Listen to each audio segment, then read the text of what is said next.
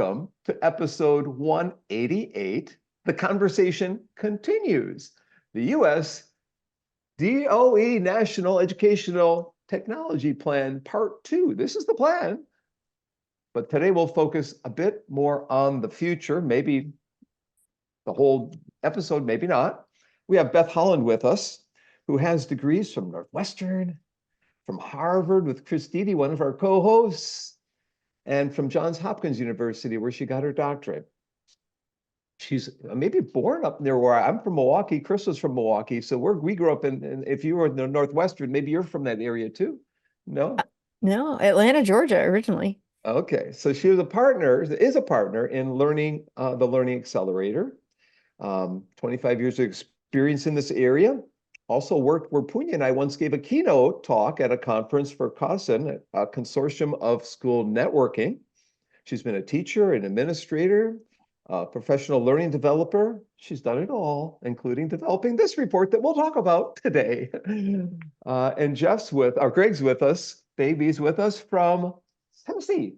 I just had a guest from Tennessee in my class yesterday, a former student named Trina Paulus, who's an expert in qualitative methods. If you ever need anyone, Greg, I recommend her highly.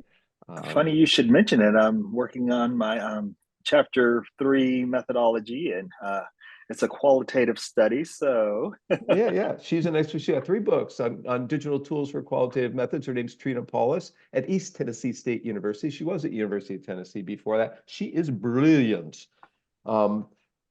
Greg's got a podcast show like ours. It's called Books with Bagby Podcast. I'd be curious what that is. He also a co-founder of Ed Camp Gig City. Yes. He's currently the coordinator of instructional technology for Hamilton County in Chattanooga, Tennessee, in the western side. I think Trina's on the eastern side right now. She used to be in Chattanooga. Maybe because there's some things you could clarify, Greg, why don't we start with you and tell us more about this Books with Bagby and Ed Camp Gig City and whatever else cool stuff you're doing. Okay. So it's actually Books with Bagby. There's a G. Yeah, I know. I mess it up too. And it's a podcast, I know this is silly, about books, but educational books. I reached out to a bunch of educational writers that I knew in my circle, and then we started there. And from there, I branched out to getting other folks and their book recommendations. So I meet up with folks, online, and they say, hey, yeah, I recommend this book, but it's all about education because that's all I know, because the last 31 years, that's all I've been doing is education, from teaching to principaling to now doing this for the district. So that's what the main idea of the podcast. As a matter of fact, I got several of them that I need to load in and push out. And then Ed Camp Gig City, as you may or may not know, Chattanooga was the first city in the Western Hemisphere to have gigabit internet. Yes. So a friend and I got together and we decided to create an Ed Camp, which is like an unconference. And we called it, of course, Ed Camp Gig City. And yes, Chattanooga is the first to have gigabit internet to your home in this hemisphere. And then in 2010, they came up with 10 gigs internet. And now I think you can get 24 gigs to your home, but my wife won't let me get 24 gigs. So I don't know what you do with it. I wonder why. Yeah, I'm not sure what you do with 24 gigs, but. So Beth, did I miss anything in your bio, or you want to add to anything in there? No, I mean, I think you captured it great, but as you said, I work as a partner at the Learning Accelerator. We're a national nonprofit, and I lead the research and measurement team there. So we're constantly working on the ground with schools, districts, other partners, really trying to figure out how there's such great work that's happening all over the country, but it's often happening in silos. Or lately I've been talking with folks about how there's lots of conversations that happen more in dyads, and how do we make collectives? So at the Learning Accelerator, we really see it as our mission to try and help the sector learn. So we're constantly building partnerships, reaching out, trying to make sure that everything we do is available to the field. So that's really my life these days. Well, we Cool. talked. Sorry, go ahead, Kurt. No problem. So we talked last week with Zach Chase about the EdTech plan. We also had Susan Bearden on. So the two of them were describing the ins and outs and the prior study or the prior report from 2016, and Young Zhao was with me as a co-host last week, and so Young reminded me that it's a plan, not a report. It's a plan. I think 3 times he had to remind me of this. So extending out to both of you, what was your involvement in this particular plan? And maybe someone who's listening might want to be involved in the next one. How did you volunteer for this? Were you selected? Is there a ritual one goes through, an application process, or a network, or maybe each have a different story? I mean, I can start. So you mentioned that you had Susan Bearden, and I worked for Susan at COSIN. And at that time, I was leading their digital equity and rural initiatives. And so as one aspect of that work is I can actually say I'm one of the few people that has read every single plan that's ever been written. And as Susan was putting together the technical working groups and starting to organize the plan, honestly, I texted her and said, please, please, please, how can I be part of this? I'm, focused on digital equity has been so central to all of my research now for years that I just said, I really want to be part of it. And so she said, great. And what started was with Greg, and this was how I got to know him, we were on a technical working group, which was some of the most fun meetings I've had in a really long time. And there were a bunch of us that would get together for a couple of hours every few weeks. And we would bat around ideas and share resources and discuss different things and occasionally throw monkey wrenches and things and say, what if you completely reverse the order of this chapter? And then we got through that. And then honestly, as Susan was working on the plan, I became her research assistant by text message. So particularly as she was going through the approval process, I would get these messages like, wait, do you have a citation for this? And I would half the time I was like, I'm driving, I'll get back to you as soon as I can. I got to go double check. But then just became the citation person in the background. And it was just a lot of fun. It was probably some of the best professional learning I've had in a really long time. And just, I loved the conversations that we had in the process of going through this. And the last piece, and I'll be quiet, Greg. I think what was so exciting about working on this plan is the cross section of people who were on the working group. And we had educators, we had classroom educators, district leaders, we had researchers. And I think bringing that diversity of perspective was so important in the creation of this plan. And if you go back to some other plans, you can see, well, this one was kind of led by this organization, and this one was really heavy on the academics. And I think this may be the first plan that really had an amazing cross-section of people from across the sector. So Greg, I'm going to hand this over to you now. So it's almost like it's a 3-credit class. Every time you do one of these reports, it feels like a 3-credit class. You're looking up stuff. Fine that you didn't look up while you're driving. I'm glad to hear that. But they can be just a life-changing process as you learn. Yeah. She didn't actually say that she didn't look it up while driving. So just to be clear. No, I'm just kidding. I have to say Siri botched a few citations there as I was I'm like, I think it's this one. Great. Yeah. So funny enough, with Beth mentioning Susan, I had the pleasure of sitting in on a session that Susan and Zach were doing, I think 2014, 2015, maybe it was, 2015 at ISTE.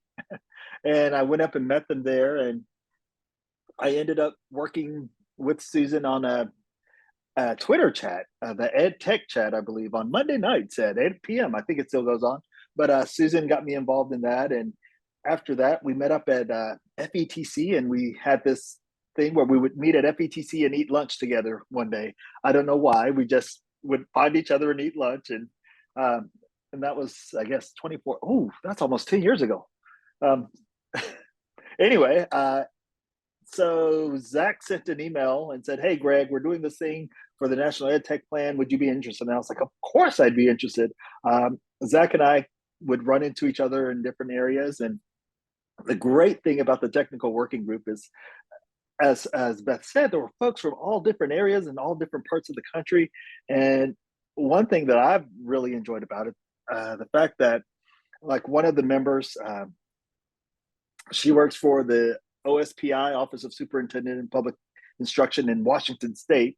And I got to hang out with her for a while. And then David Miyashiro, he's the superintendent of Cajon Valley Schools. He was also on the group, and I got to hang out with him for a while. I think we met up at ISTE once, and then I got to actually go visit his district. And with Bree, I actually went to Washington State and hung out with her. And it's just the networking that I made within the group, just working with these brilliant people. That's been great for me. Just the connections and the growth, and the more I learned about Beth, the more I'm gonna tap into Beth for resources. So thank you, Beth. I appreciate you. Course. And then we had a lovely breakfast with Susan, so the meals continue. Yes, you're right. We did. I think Punya's going to jump in here, right, Punya? Yeah, so I have a couple of quick questions. So maybe let's start with sort of the process question. So this is how you got on board. This is a document which, even though it is not sort of imposed on like that people should, but that this is what you have to do, because that's not how we work in this country, rightfully so, I think. But it is sort of, there is a weight to this document, if I may say so, right? Because people will look to it and people will, so what was the process? You sort of briefly described it, but this is a lot of work bringing this together. And I know trying to write even a paper with 2 co-authors can be quite hairy, let alone with a large group. So I want to understand sort of how this process of coming up with what would be sort of overarching ideas, how would, the structure be, how was the writing, who did what? I mean, how do you negotiate those kinds of things? Because some of these topics people can disagree on quite strongly, have opinions on, let's put it that way. So I would just be curious to see how you sort of generate consensus in a space like this, and then how that converts actually into prose that is vetted and, that you can all stand behind. So I'll jump in before you answer. This didn't come up last week. And this is exactly the questions that I had typed up to ask last week. So I will have some follow-ups related, because I've got a few others as well on here. So it's perfect question, Punya, thanks. And I'll let you guys jump in. I just wanted to jump into, prior to this coming out, one of the things that I got to be a part of that actually helped formulate this, the Department of Ed Tech, they had listening sessions. And like we were talking about ASU GSV, there was one last year at ASU GSV. There was a listening session at ISTE. I believe there was one at COSIN. There was one at several other ed tech events where the folks from the Department of Ed Tech would go and push out questions to the audience, so to speak. They would have conversations around the ideas of not only digital equity, but the digital divides and things like that. And someone captured all of those things to help us. And it was phenomenal. I got the opportunity to sit in on a couple of listening sessions. One was for, well, it doesn't matter which group. It was in a couple of the different tech spaces. And just being able to hear what the folks are saying about bringing in or closing the divide, closing the gaps. In 2 different situations. One situation, I was with a lot of startups and ed tech vendors. And then another situation, I was with a lot of superintendents and high-level, I guess, education Department of Ed for different districts, or LEAs and state education associations, and just hearing the conversations, and then having that as I guess they gave that to us so that we can wrestle with it and say, hey, what do you think is the most important out of this? And where should we go with them in this information? Those were the parts, even before it started getting written, the parts that excited me and made me more and more into this. I mean, I'll add on that too, and this is where, honestly, like when it comes to writing it, Zach and Susan, you had your primary authors last week. So all of that process should go to them. But I think, that data that came in from the listening sessions, and then there were interviews and focus groups that got run, and, so much trying to hear from the sector and understand like what's really important in this moment right now. And then that all helped to inform directions and more conversations. And so then, Zach and Susan really guided lots of conversations to get insights from the technical working groups, where, again, you had this great cross-section of people who could bring insights from every level, whether it was from research or whether it was from the classroom, to really start to understand what's important, what do we need to communicate, where are things to identify? And then, as we got going and there were things for us to respond to, and, plenty of documents and things where we were able to add, oh, I've got resources, I've got research. There is an example in the plan from every single state. And so, another mission from the working group was everyone making phone calls, right? Like, we need Yes. an example from here. I'm in Rhode Island, and so I got a question about, like, we need an example from Rhode Island. I'm like, I know someone, right? So then I'm reaching out to, some folks in Narragansett who are doing great work. I'm like, here's this opportunity. Can you share your story? So there was a lot of that, of just the, like, reaching out across the field and saying, we want to bring all of this greatness in to be able to contribute to this plan. That came out last week a bit about the diversity and all the Guam. I mean, we had Guam in there. We have remote parts of Alaska, and just everything. We'll come back to that. But before we get back into that section or that aspect of the report, I'll ask some logistical things that I had listed last week. I didn't ask. I'm just going to put them out there, and you can answer one or two of them. Number one, how is the report distributed? How long did it take to produce? How would you like it to be used? And did you get any feedback so far on it? And are there going to be summits in the coming months in different places to explain it? Any of those things that might help people understand the kind of the core of this project. Well, I guess I'll take a couple of the things. Summits to explain it. I know that Jisoo, well, somebody from the Department of Ed will be at ASU GSV talking about the EdTech plan and explaining it. I did something of the sort at NCCE, Northwest Council for Computer Education. Yeah, at their conference. We also had a panel at FETC, and I assume there'll be another something or other at ISTE this year. So yes, we are trying to get out and spread the word. I'm not going to take your questions in order because Beth could have some. I'm just a couple of the ones that I really want. So what I want to see happen is I want districts and states to get in it, read it, and say, hey, this is something we could do. Hey, this is something we should be doing. More specifically with the role around professional development and making sure that teachers have access not just to the devices and the connectivity, but access to authentic professional development or good professional development. So they'll have the skills to be digitally literate so that we can transform these digital natives into digital learners, is how I like to say it. I just think it's one of those things that when we're thinking about PD and ed tech, I know years ago they said, yeah, just use a little bit of the money. When you buy a product, you have to use this percentage to train your teachers. But now that percentage to train has surpassed many of the costs of the products because there's so much inside of a product that you need to, in order to train and make sure that the teacher's using it with fidelity and getting, of course, what you want out of the product for the students. So that's my biggest thing. I just want folks to be able to read through it and say, hey, we need to fund professional development so these teachers can learn. And I guess I come from it from a place that my daughter's a first-year teacher, and I want her to be professionally developed and have all the tools that she needs in order to be successful. I mean, and as someone who worked in professional development for years, it's certainly something that's important. I think, as Greg said, there's lots of sessions going on. I actually led a leadership session at an AI summit a couple of weeks ago around aspects of the plan with a group of about 30 superintendents and building leaders. And we had some really interesting conversations. What I can say as well, again, coming from the Learning Accelerator, where core to our mission is equitable access to knowledge, and we're always looking for ways to produce new insights for the field. So we are writing as quickly as we can right now. We have a digital equity guide that will be updated in the next couple of weeks to reflect all of the changes that come out of the National EdTech Plan. And then we're working on a series of resources for school and system leaders to help them understand. I mean, it is a big plan. So what are some entry points to come in? What are some ways to start thinking about it? So what's your entry point into thinking about digital access, about thinking about digital use?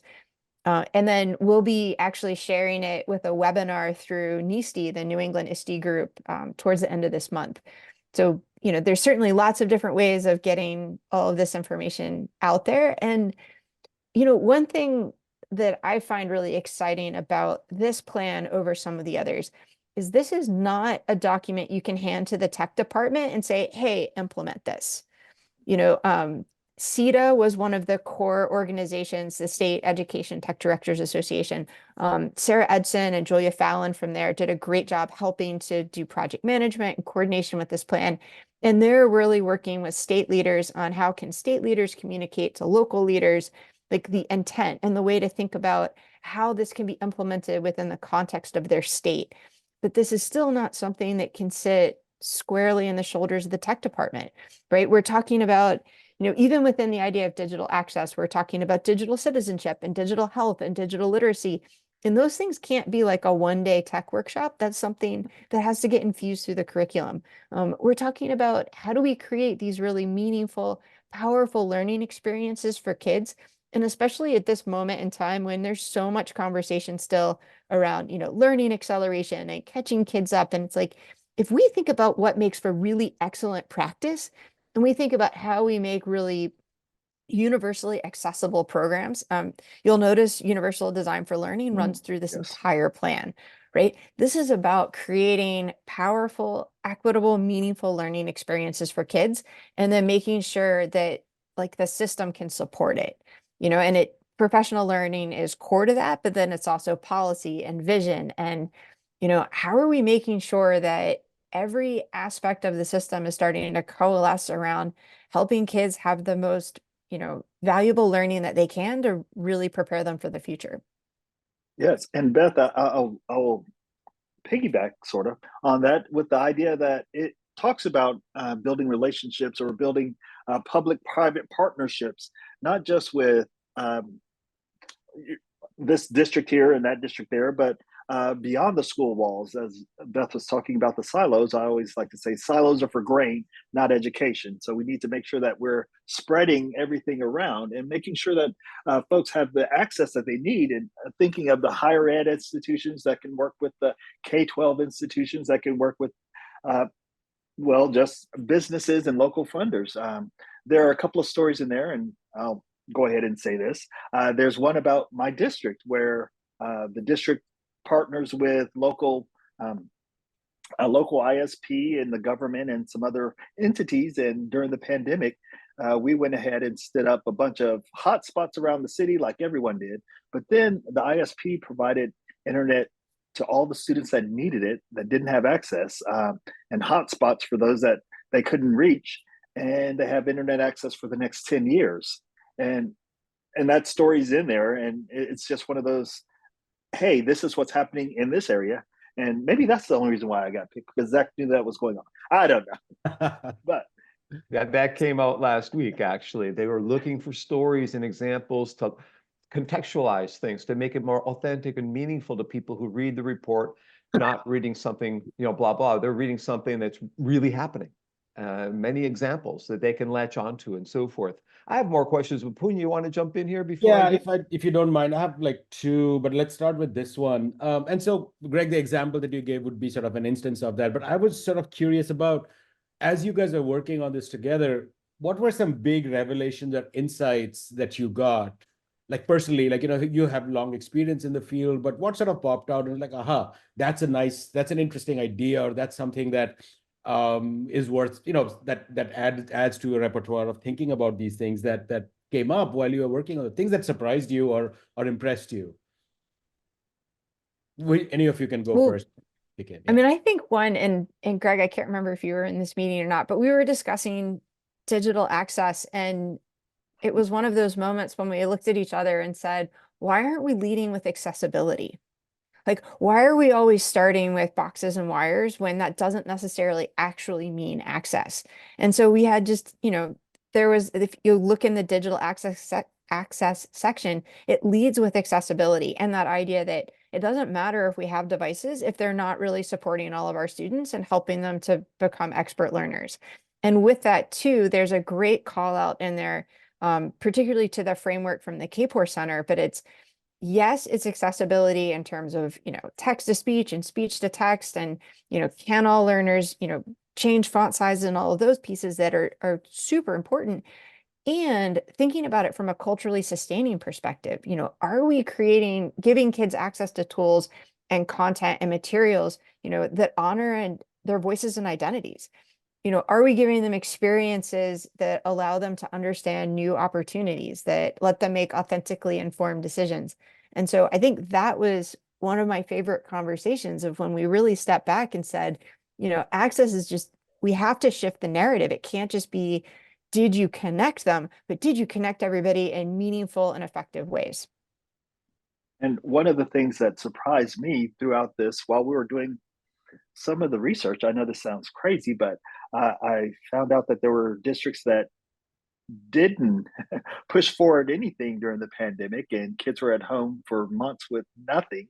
And they hadn't even started trying to use some of the funding that the government was giving them in order to stand up or to make just the general access, the connectivity with the boxes and wires happen for some of the students. And that really, really surprised me.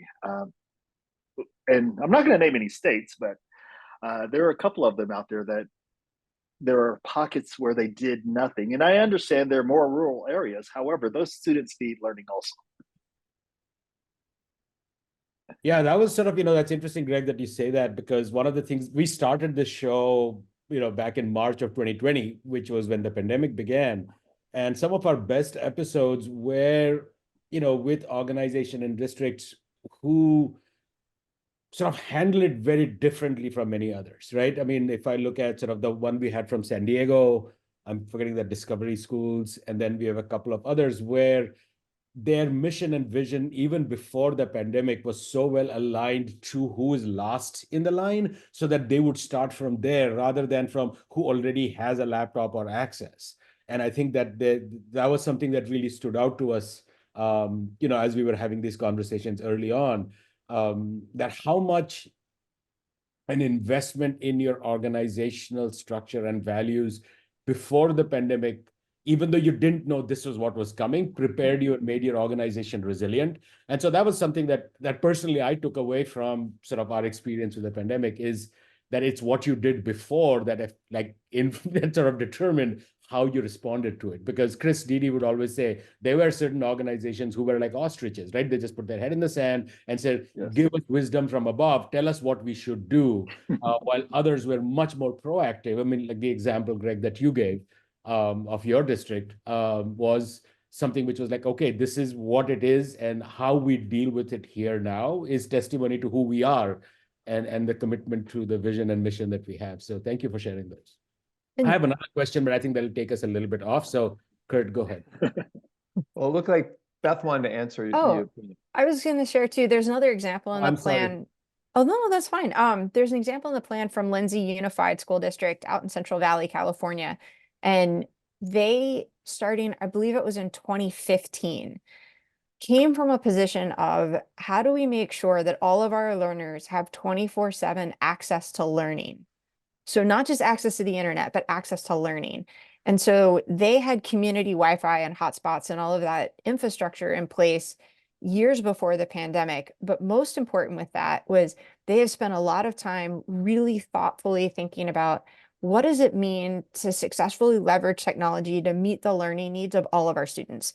I mean, this is a very rural district. It's a small district. It has a pretty heavy migrant population of students, just given that it's located in the agricultural area, a high population of English learners. There's a lot of dual language instruction that's happening there. And they really rethought what it meant to be doing successful education to meet the needs of their kids. And I think that's what, in a lot of ways, has led to their success. They had I did some work with them.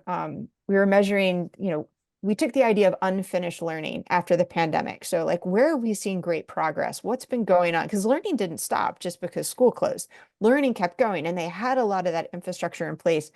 And we were able to identify some really successful trends. Like there was so much support and one-on-one contact and things that we know make really excellent instruction. And it was facilitated by the technology. And so there's those examples like that of the places that have said from the beginning, how are we going to personalize to meet our kids' needs? How are we going to ensure that they have access to great content and to mentors and to support? And so I think there's things that can help, any system that's starting to think, maybe there is that ostrich, we're going to start to pull our heads out because we need to do something now to see what's possible. So I've got a couple more things, and I'm going to go back kind of what Punya asked in his first question in a different way. And I have other questions, but let's get your take on this report. What is the message that you want to get out? And you've kind of already answered it.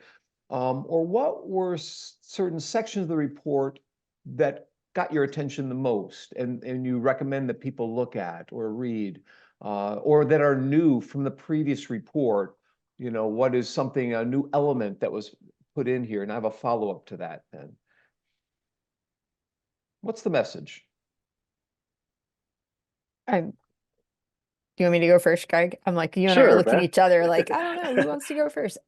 So, Zach actually said this at the launch of the NETP, where in the 2016-17 report, which was the first one to start talking about the digital use divide and to really stress the fact that it's not just whether or not kids have access, but how are they having these really meaningful learning opportunities where they're actively communicating, they're creating, they're engaged in like cognitively demanding work that's facilitated by the technology.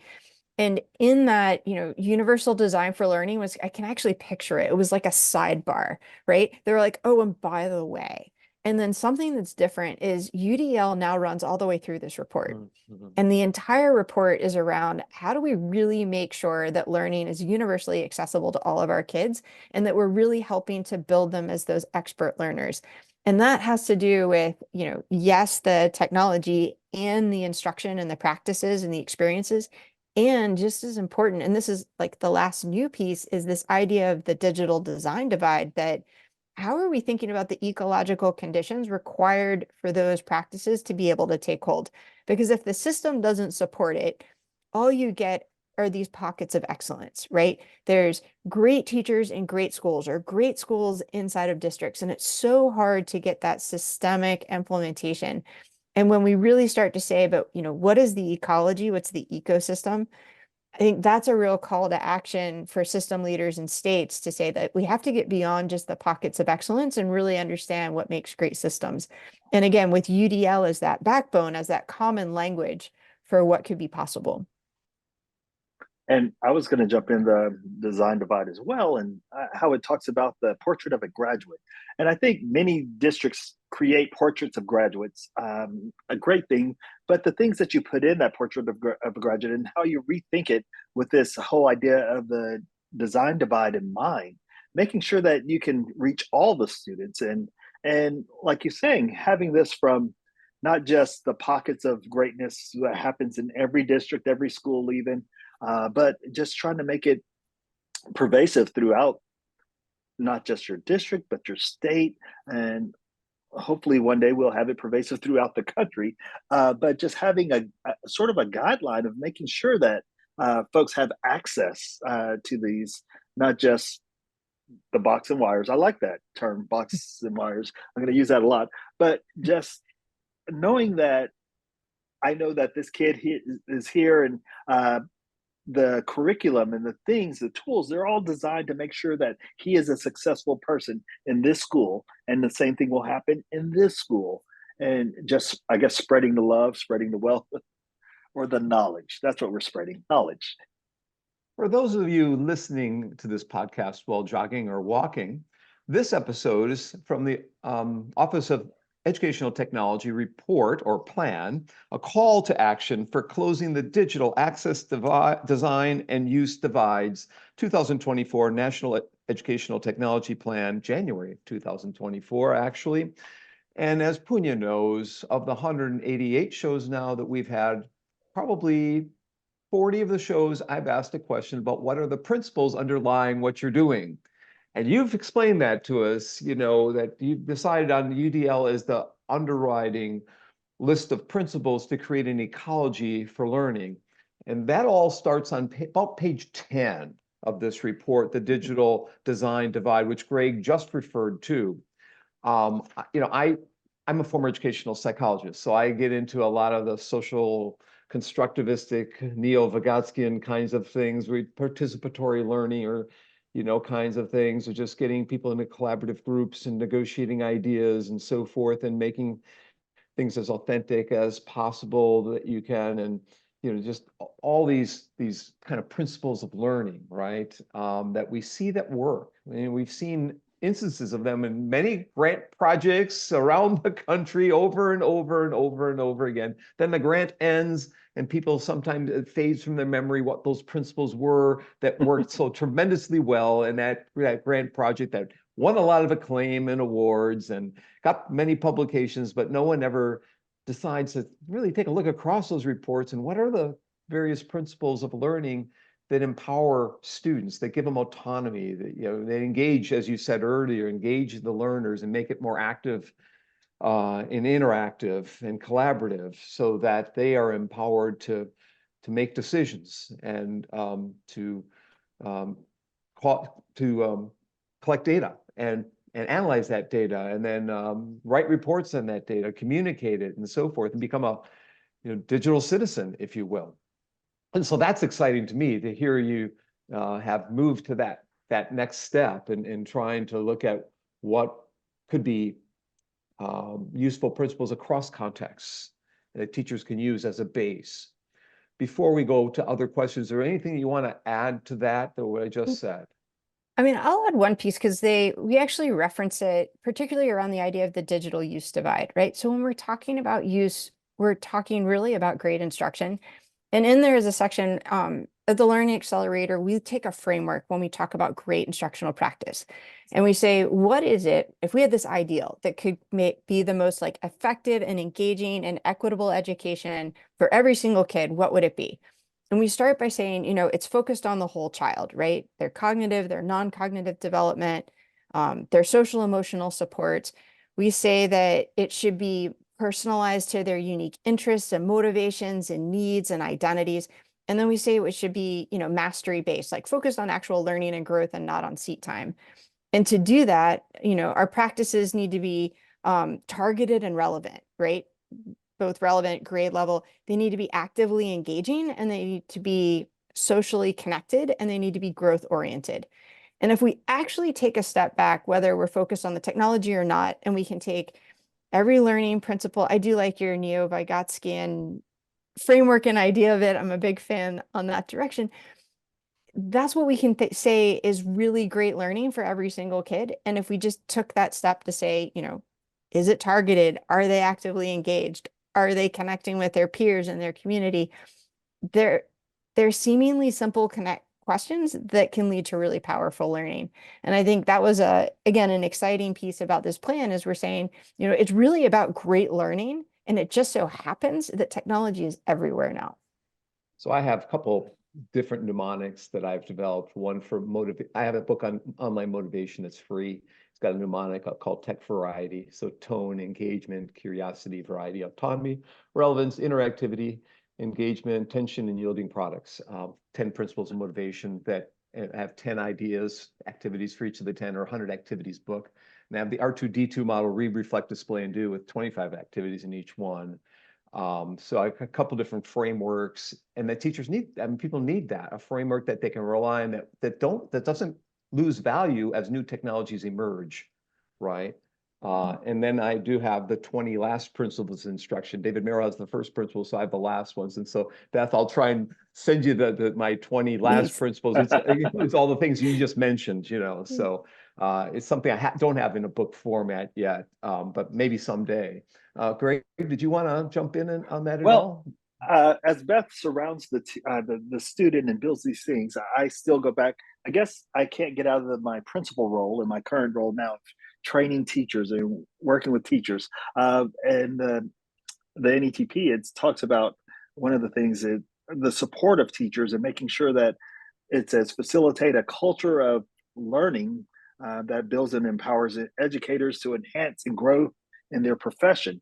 And I'm all about teachers learning and knowing, because as a principal, I of course trained my teachers and I did all the things, and I would have my teachers, when we would get shaken up because, oh, you have too many teachers, and they would move to other schools or whatever, they'd come back to me and say, Greg, you trained us to do this, this, this, and this. And at this other school, I'm now leading the training because none of the other teachers know how to do these things. And I guess that's part of the divide in the whole idea of the equity between one school and another in the same district. I made sure that my teachers knew what they needed to do. And in the NATP, it talks about making sure that districts and systems and states have the ability to train those teachers at high levels, and not, going back to Beth's words, have these pockets of greatness, even with the teachers, not even the students learning, just the teachers, because that creates a divide there. If you have teachers at one school that understand the products, know how to use the products, and can work with the products, and yet the school down the street, they don't have, maybe they have the same tools, but they don't have the same knowledge. And when that happens, the students at that other school, they lose out.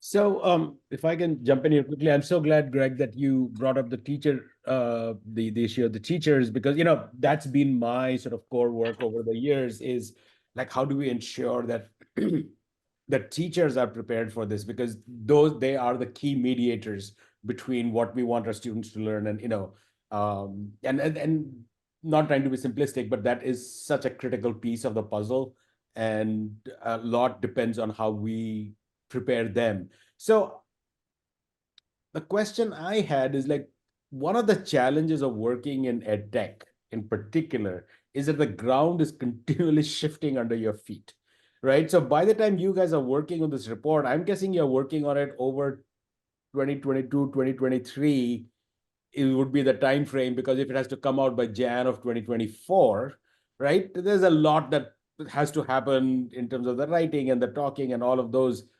And then November 2022, they Yes. pulled the rug out from under our feet with this whole Chat GPT. And I know, and there is a mention of AI in the report. So I do appreciate that you guys managed to fit that in there, because that would have been I'm guessing, a pretty last minute addition, you know, in a significant way. But I mean, so that sort of a twofold question, I guess, is one is, like, how do you prepare a plan for a world which keeps moving so fast, right? I mean, that's foundational to the challenge that we face in education, particularly those of us in educational technology. And then maybe as a follow-up, like, have there been any conversations to come up with like an addendum or something that way to what is maybe the most transformational technological shift that we have seen in maybe 20, 30 years? I'm thinking like the big shift would have been the rise of the internet back in the late 90s, early 2000s. You know, then you had like the PT3 project out of the US Department of Education, which I think was truly transformational, at least I know in my case, personally, with the PT3 grants that Michigan State got, the TPAC model, and all of that actually comes out of that line of work. And so are there any, and I know Young had asked a similar question last time, is there any interest in looking at sort of funding models to bring colleges of teacher education or, you know, K-12 districts up to speed, given this dramatic shift in technology that we are seeing now? So broad question about, you know, how this technology keeps changing. So how do we think of it when you're coming up with a plan, knowing that some dude in Silicon Valley is going to like mess things up, like for all of us, right? So that's one. And the second is like, are there any conversations going on to look ahead and see how do we respond to it? So one of the things I think the plan does, it gives you a specific guideline, or it gives you not specific guidelines, it gives you general enough guidelines so that the fact that we need to close the gap with the digital use divide, digital access divide, digital design divide, that's always going to be there. Even with the Gen AI coming out and the things that are happening in that area, those divides are still going to be there. As a matter of fact, they may even grow exponentially quicker because of the way that the Gen AI tools are being used. Absolutely.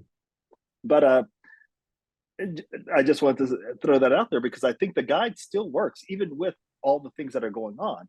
But as you probably know, there was an artificial intelligence in the future of teaching and learning guide or report put out by the Office of Ed Tech in their interim while we were still working on this. It came out because, yes, as you said, November 2022, ChatGPT and Gen AI came out, and now everyone's doing Gen AI everything, and everywhere you look, all the tech products that you had now with AI. Like, thanks, I didn't ask for it, but now I got it. So that guide that they put out that talks about the human element within education, I think it always circles back to making sure there's a human element. And ISTE and ASCD, they put out a guide that was very similar, with the whole idea of focusing on the human element and making sure you don't pull the human out of the equation when thinking of using AI and pushing AI forward. I think we sit at a good place with what we have with the EdTech plan, and a place where you can easily pull in the Gen AI idea and focus on how the divides can be greater if we don't focus or use that or have that as an idea. Yeah, I'll build on you, Greg. I mean, first off, it's fun. Susan and I actually wrote an AI report for K-12 leaders when we were both at COSIN in 2020. And that was not, and it was fun because when we wrote that report, we also did a convening with COSIN. We brought together all kinds of leaders. We had this really great day. And at the end of it, it was really fun how many people walked out the door saying, I have no idea why you people are talking about AI. And then we were feeling really good in 22. And we were like, this has been going on for a really long time. But I think, as Greg said, the plan is the plan, and it doesn't matter if it's Gen AI or if it's something else. In fact, I was at an event a couple weeks ago, and Justin Reich made a great point where he was quoting someone else who now I can't remember, about the idea that like every time there's a new technology, we call it AI. So was it machine learning? Was it neural networks? Is it multi-language models, right? Like it's always going to be AI. There's always going to be an AI. But I will say, and then Punya, I'll go back to TPAC, right? It doesn't matter what it is if we're not thinking about like, do we have good pedagogical knowledge? Do we have good content knowledge? Are we constantly focused on building literacy skills when it comes to technology? And that's something, I was part of the PD movement when iPads first came out, and everyone was like, oh my God, how do we use an iPad? It doesn't look like a computer. And so a group of us really started thinking like, how do we build this fluency around technology so that we're not panicking every time there's an app update? We're not panicking every time something moves. Like, what are those core fundamental understandings that we need so that we're just becoming these fluent users, and it doesn't matter what the technology is? And I think that's the piece that, again, the plan lays out is how are we making sure that we're building really good literacy skills in our students and our teachers and our families? So it doesn't matter what the next technology is. We have the skills to be able to try and problem solve and think through and figure out how to make it work. So I'm going to push back a little bit on that, Beth, what you just said, because I think one of the things that is really worrisome to me about this technology, kind of a whole bunch of things that are worrisome to me about this technology, and a whole bunch of things that excite me a great deal. So my daughter sort of describes me as being schizophrenic about it, because I'll give her a phone call. I'm like, I can't believe I wrote a computer program in Python, a language I do not know, that actually is a simulation of blah, blah, blah, right? So super exciting in some ways. But I think the precise point that I want to sort of us to sort of think a little bit about, and again, I'm not saying that I have any answers to this. What I think that this technology does, if you think about like Lee Schulman's idea of pedagogical content knowledge, now anybody and their granduncle can create a chat bot which will claim to be a tutor about X, whether or not they truly understand learning theories, truly understand motivation, truly understand, right? So you can have your kitchen variety learning theory of like, oh, people learn by X or Y, and that bot will have embedded in it some form of pedagogical content knowledge. It will, like Khan Migo is a good example. So Khan Migo has a personality. Its personality is, I will not give you the answer. I will do this. And, and once in a while, I will mess up on basic mathematics, whatever, right? So the point is that in some way, this technology, for once, we have a technology which can actually usurp the power of the teacher as being the crucial mediator. And I worry, this is coming back to what is at the core of your plan, which is this issue of equity, right? I worry that, that you will start seeing companies will say, oh, we have school districts who do not have good teachers, or you have a teacher shortage, an issue that we understand, which is caused by broader social, economic, political problems that we have not valued education or public education the way we should. And then it'll be, but since we have failed at that, let's give everybody a bot. And that disproportionately we will see districts which have already been disadvantaged and have fallen behind because we haven't cared for them to invest in them in ways that we should have, that they will get more AI related, sort of second-rate learning management or learning systems. I don't know. I mean, again, this is me speculating, right? No, I would love to get, especially Greg, you are at the forefront of this. What kinds of messages are you hearing from people about this? Because that's a real concern, I think, of devaluing, of further devaluing what is one of the most critical professions in the world, which already we are seeing happening. And this, I feel like, might just speed it up. Well, I see, like I said, lots of tools that we have already embedded in our curriculum and in our district. AI is popping up in them, and they're saying, oh, you can have Gen AI for this. And like you said, it could be those tutors.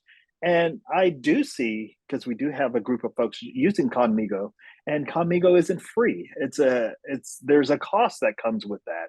And I know that there are more and more AI tutors aside from Conmigo out there, and all of them, well, I'm trying to think. Yeah, they have these freemium, or they start off free or whatever. But yes, once again, I think Beth, or maybe I don't know, maybe I said it, the divide is going to grow a little bit larger because of this. However, one of the things that I'm thankful in my realm is that we always say we have to have the human element. We're not going to allow AI to run rampant or run roughshod or whatever all over the district, because we know that a student performs better, yes, when they have a person that they can actually talk to, listen to. And yes, I know that there were some folks that did great over Zoom learning during the crisis learning or pandemic learning, whatever you want to call it. I think my nephew was one of them, because he would prefer not to be in a classroom with a bunch of other kids. But the whole idea of that human element being lost, I think, is what will be the greatest thing if folks just jump in with AI and continue with AI. And I believe we're going to come to a point where there's going to be a tipping point of sorts where people realize, oh, maybe we shouldn't jump or dump everything into AI, and maybe we should pull back and remember that human element. And I would talk about some other educational places, but people hate when other countries are brought into view, especially if the country's only the size of Metro Atlanta, and they're very well, I don't know what we say, homogeneous. Anyway, but that's all I got. I mean, No, thank you. Yeah, Beth, please. Yeah, no, I mean, I'm going to start with saying I agree with you. And it's something that, again, going back to 2020, Susan and I were talking about that. Will an AI tutor, an adaptive platform, any of those things be considered, quote, good enough? And what is the danger in that? But I think we also, I'll take a silver lining on this. Do we have an opportunity to rethink how we resource schools? Can we rethink how we use time? Can we rethink how we take advantage of, like, allowing people and allowing teachers to do what humans do well, to build the meaningful relationships, to make sure that really, focusing on the needs of the different kids. There could be a time when, that AI tutor fills a need where, again, it could be that you have one teacher, you have so many kids, like there needs to be a something, but it's not an either or, it needs to be a both and.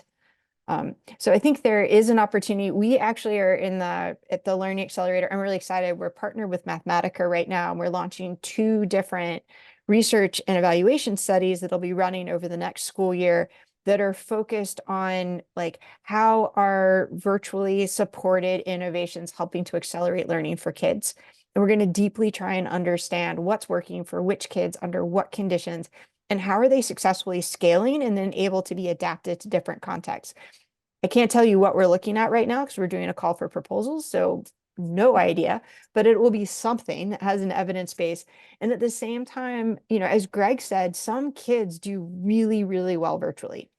And we'll be doing a deep dive into 4 or 5, you know, fully virtual and or hybrid systems that are really meeting the specific needs of specific kids. Again, with this idea of what's working great and how can we learn from that for others. So thinking about the AI, like, is it a component of that? Maybe that's part as an underlying condition. Maybe it's an enabling factor. It's not going away, but it is that question of, but I think we have to hold that equity in mind. You know, what does it look like? Again, digital access, to have access to great learning, and that great learning, and I will be quiet after this one.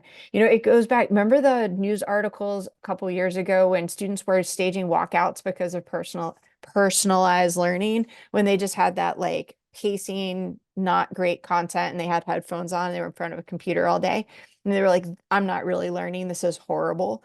You know, I was doing my postdoc then, and we were actually looking at some schools where there was some initial uptick in scores. And people were like, this is great. There's personalized learning. It's an uptick in scores. And I was working with Professor Julie Quaro, and she's like, yeah, but this is not cognitively demanding work. And how long before they become bored? And the answer was probably like 6 months, right? So I think there's that piece as well of, I don't know if the AI will fully be motivating enough, and the kids still want that social interaction. Again, how do we make sure that that learning socially connected and really actively engaging? So, Okay, so yeah, sorry, go ahead, Greg. I was just going to say, Beth, did you say something about transforming education? Like this is going to transform it. We'll get to a point where it transforms education, and I'm thinking. So, well, okay. The It only has reason why a, no, I didn't use the word transform because I'm going Yes, with you you did. where like, oh my God, and we're not going to disrupt anything either. But there is that, but how do we have a potential given resourcing to question how we use time and resources? Okay. Well, Yeah, the only so- reason why it came to mind is because I am quoted on a couple of different podcasts saying how I am thankful for the pandemic. I'm thankful that the world shut down so that we could rethink education and go and do it right. And then we jump back to doing all the things we were doing before the pandemic. So that's Right. what I was just. So, So I was yeah. saying, don't. I know, I would love to give us a lot of credit, but us as a country, we fail sometimes. Yeah, Right. no. So anyway, thank you for that. So I don't not to hog the conversation on this issue, but you know what's interesting, like the way I have been thinking about it is that, you know, all of us ed tech people have these quotes from like Edison or somebody, oh, the film is going to transform education. And then we say, it didn't. But you know something, film did transform the world within which education exists. Social media Yes. may or may not be used by teachers, but social media transformed the world within which our teenagers live. And so I have started thinking a lot more about not about what AI will do in the classroom, because I've always felt we as educators, we take it on, you know, whatever challenge you throw at us, we take it on. We don't hesitate from it. We are committed to the next generation. We are committed to the work.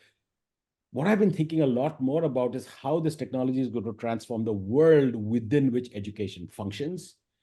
And then that how can we be prepared for that world? You know, it's less about what we do in the classroom as much as it is about preparing for a world where we cannot distinguish true information from false information, because these things will make creating fake news, misinformation super duper cheap and easy, right? What does it mean for this technology, for us to be growing up in a world where we will form relationship with these bots, because there are these companies out there who will want to, you know, replicate AI already is there. What does it mean to live in a world where you are forming parasocial relationships with technologies?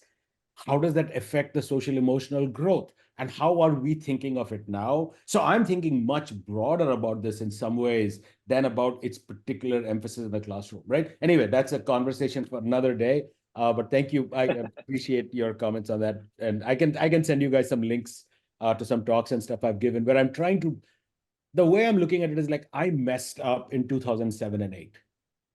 I didn't understand the impact that social media would have on the psychology and the politics of our country, of the globe. And I don't want to make that mistake again.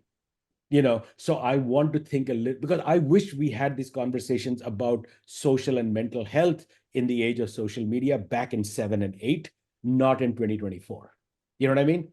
And so so that's what I'm thinking is that, like, what does this mean in the long term for the social, emotional, political health of our nation, of the world? And then how do we prepare ourselves for that? So I'll send you some links. And I would love to hear back from you on these things. But I know we are close to end of time. Just the hour just zoomed by. So I have one final thing, Okay. but I have two comments real quick. I screwed up in 2007 or so with social media, and I had built a tool called Survey Share. It's like SurveyMonkey. And my team wanted to build social media into it, social media tools. And I said, nah, don't mess that up, and I end up selling the company or whatever. But yeah, I made a little mistake there. I also mentioned that just before the show, I was invited to a place that Craig referenced, Spore. You didn't name this the country Singapore, but you didn't mention it, Greg. Or Finland. Finland is the other one. Finland too. Yeah, So exactly. let me show you something on my. It's on my. I'm going to share my screen real quick here if I can. Oh, I've disabled. They disabled screen sharing. So I have a report on my computer here called Digital Strategy for Schools to 2027. Department of Education in Ireland, and it's a UK kind of report where they look at the role of the teacher and teacher professional development, and all the stuff we talked about, digital content, curriculum, and just changing schools, digital divide, all that stuff just came out. And so I'm wondering if you guys talked to other people in other countries while doing this report, or compared or read other reports from other countries, or were maybe banned from looking at reports from other countries, or was that something you didn't want to do and make mistakes that were being made in other places? To what degree were you learning from others, if anything, or maybe in the future, the next report might be a more global? Could you talk maybe what aspects of global educational technology are missing from this report or could be added to in the next version of it? Any of that kind of stuff. There's a last question. Well, I personally did not do any looking at anything overseas. And then you mentioned that other F country. And I just know I have friends, I guess, anecdotal information in the sense of my wife spent some time over there when she was doing her PhD and came back telling me different things about the fact that their technology is basically on the shelf until they need it. And because they trust their teachers to do the work. And they said, why would you use an iPad if you have a teacher? That's what one kid told her that, because she asked about working with the iPad, and the kid was like, why would I use it when I have a teacher? And the fact that I guess even there, socialist countries, they have the same things. They have, and the internet has been a utility or like a utility there since I think 2014, 2013. So everyone had access. So their divides are a little bit different and a little bit smaller. And that's the only country I have current information on, or I guess that's not even current information, but information on. I was just curious. Beth, in 30 seconds or less. Sure. I mean, I don't know if we were actively looking. I personally have done a lot of research over the years in other places. But if I can do in 30 seconds or less, one quick anecdote. I was in South Africa years ago and iPads were coming out, and a woman comes up to me and says, let me tell you about my school, because don't talk to me about personalized learning. And I said, okay. And she says, I teach in a one-room schoolhouse. We don't have internet. She said, but I love my iPad, and they solar charge them.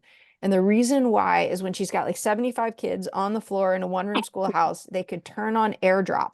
And the kid that she couldn't physically get to could show her what they were doing, and she could provide individualized feedback. And I just kind of laughed and I said, but you are. In your way, in your context, you are. And so that has always stuck with me as this idea of technology has this potential to enable those meaningful connections and those opportunities to meet the needs of kids and to connect teachers and kids.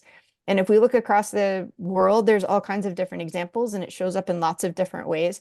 And I think as we look across the country, it's going to show up in lots of different ways. But I think if we come back to that idea of like, how are we building those meaningful connections and creating those meaningful learning opportunities for kids? If we start with that, it's really hard to ignore it. Well, thank both of you for coming in today at short notice, because this is really set up rather quickly, and it's ideal because you're coming after we've heard from Zach and from Susan. It just makes for such a great two-part episode. We've not had this before. This is the first time, and we need to replicate that because it's worked so well. If you have ideas for us, please share them with Punya and I, and with Young and Chris. And again, get this report. Read this report, aspects of it, something, entice your students to read it, your colleagues to read it. This is what's going on today. It's brand new, So I applaud you for your efforts here in doing this. Chris, Punya might have other comments to find, but next week is episode 1, or 2 weeks from now. We're taking next week off, and 2 weeks from now will be episode 189. I believe it will be at 5 or 6 p.m. Eastern time. We'll have to look online. We'll talk to George Valencianos from the University of Minnesota, who's got a special issue of a journal looking at plans for the future of education. Different authors will be coming in. Punya, you know a bit more about that. You want to have a final statement about that and Sure. lead us on our journey?